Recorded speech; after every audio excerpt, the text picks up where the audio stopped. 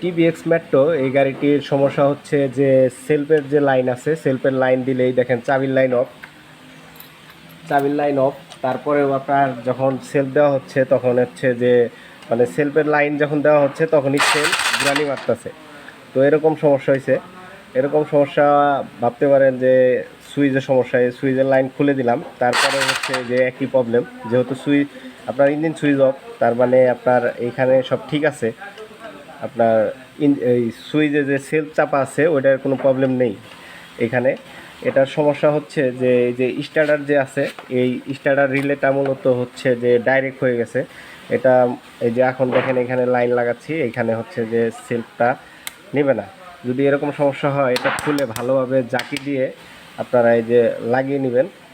যদি দেখেন যে এই যে হয়ে গেল, এখন কিন্তু সমস্যা নেই। এই যে দেখেন এখন সেলফ দিয়েছি, সেলফে স্টার্ট হয়ে গেল। তো